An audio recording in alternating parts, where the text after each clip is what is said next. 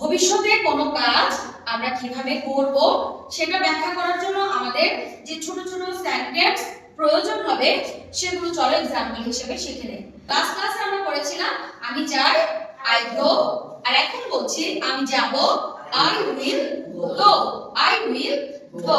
এবার আমি খাই আই ইট, আমি খাবো আই উইল ইট। আমি ঘুমাই আই স্লিপ, আমি ঘুমাবো আই উইল স্লিপ।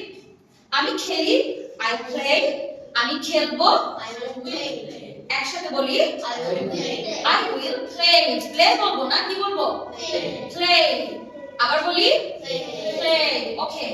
আমি পান করি আই ড্রিঙ্ক, আর আমি পান করব আই উইল ড্রিঙ্ক। ড্রিঙ্ক না ড্রিঙ্ক, আই উইল ড্রিঙ্ক। ঠিক আছে?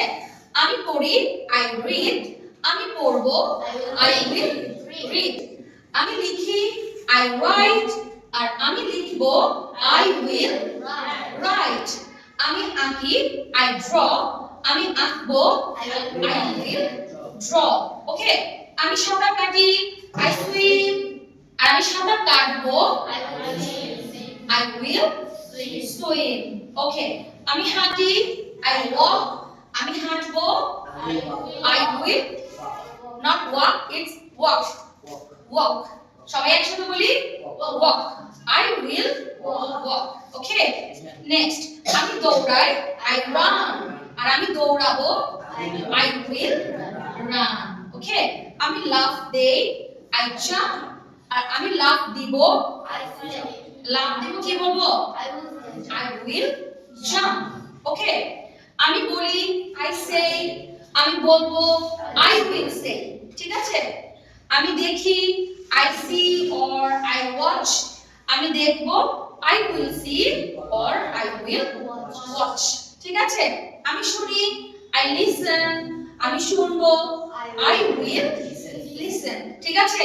জাস্ট আমরা প্রথম যেই সেন্টেন্স শর্ট সেন্টেন্স গুলো পড়েছিলাম ইংলিশে, সেগুলো আমি যাই, আমি খাই, আমি ঘুমাই, এগুলোর সাথে জাস্ট সাবজেক্টের পরে আই এর পরে আমি উইল বসিয়ে দিলেই আমাদের কি হয়ে যাবে, ভবিষ্যতের কাজগুলো হয়ে যাবে। ফিউচার টেন্সে এই স্ট্রাকচারটি দিয়ে আমাদেরকে সেন্টেন্স মেক করতে হবে। ঠিক আছে? আমরা বুঝতে পেরেছি? এবার একসাথে একটু পড়ি। আমি যাব আই উইল গো, আমি খাবো I will eat. I will eat, আমি ঘুমাবো I will sleep. আমি খেলবো I will play. আমি পান করবো I will drink. আমি পড়বো I will read. আমি লিখবো I will write. আমি আঁকবো I will draw. আমি সাঁতার কাটবো I will swim. I will swim, আমি হাঁটবো I will walk. আমি দৌড়াবো I will run. আমি লাফ দিব I will jump.